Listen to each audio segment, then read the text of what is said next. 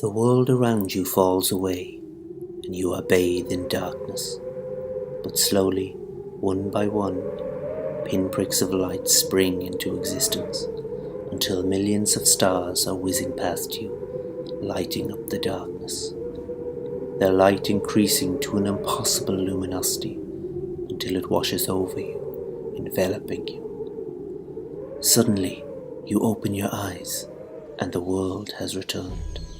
It is bright, sunny and warm, and you are not where you were. You are outside the front doors of Los Kialua, the Temple of the 12.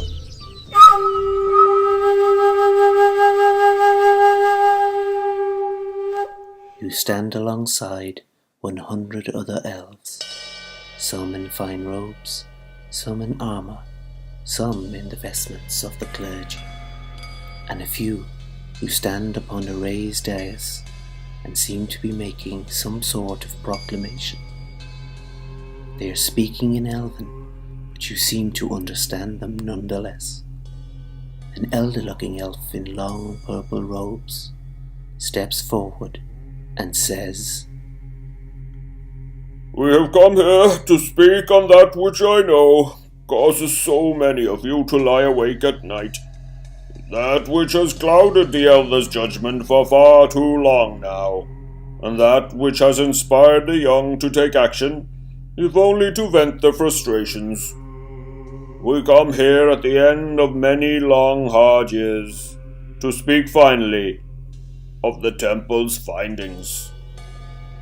As you all know, we built this place many, many decades ago to study the gate of the 12 suns, and we have throughout those decades kept records of all we could find about that constellation. A number of the scholar priests of the sanctum have not even left the temple here in that entire time. One such is Brother Eleman here, who has been convening with the entity that his sect have come to call Ibra. Brother, you have news to share from your communing with this spirit, yes?" A much younger elf, with milky opalescent eyes and a tattoo of the 12-starred constellation upon his forehead, steps forward and speaks before the assembly. "Ibra has revealed many things to me in the time we have spent together. It was but a few years for you all since I entered my trance, but I have spent centuries in contemplation on another plane of existence. Ibra has revealed our worst fears. The Gate of the 12 is not a holy symbol of the gods. It is a tool made by mortal hands." At this, there are shouts from the crowd, people screaming things from anger to fear. "Heresy! No! Heresy!" "You are not worthy to speak of our beliefs!" But the young elf speaks over them. "I have seen it with Ibra's own eyes. The gate quakes with an energy we cannot comprehend, but it is not of the gods. It is of something we cannot fathom, a race much further advanced than our own, whose minds we cannot touch. They themselves seem to have moved or built the stars in the heavens to form the very gate of the 12 suns itself."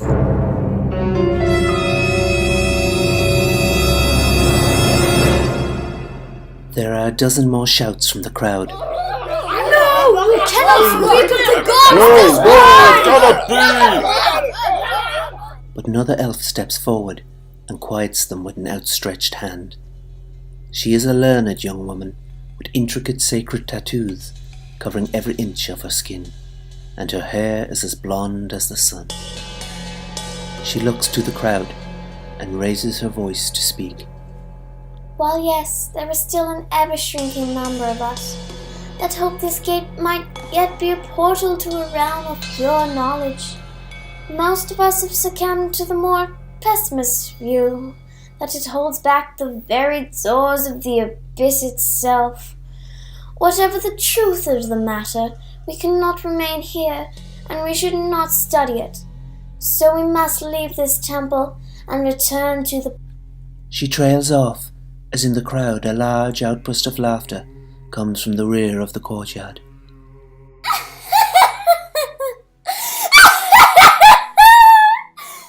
Sister Paquel, you have something you would like to add? An elf with dishevelled hair and torn robe steps forward.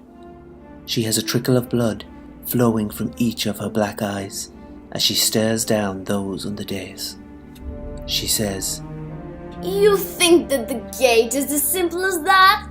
No, Sister Cabri, it is much, much more terrible than your limited mind could even comprehend. I have glimpsed at the shadows and time that the 12 stars cast upon this plane. I have seen the voided rips in space, the folds of warped reality it wraps around itself with unholy magics.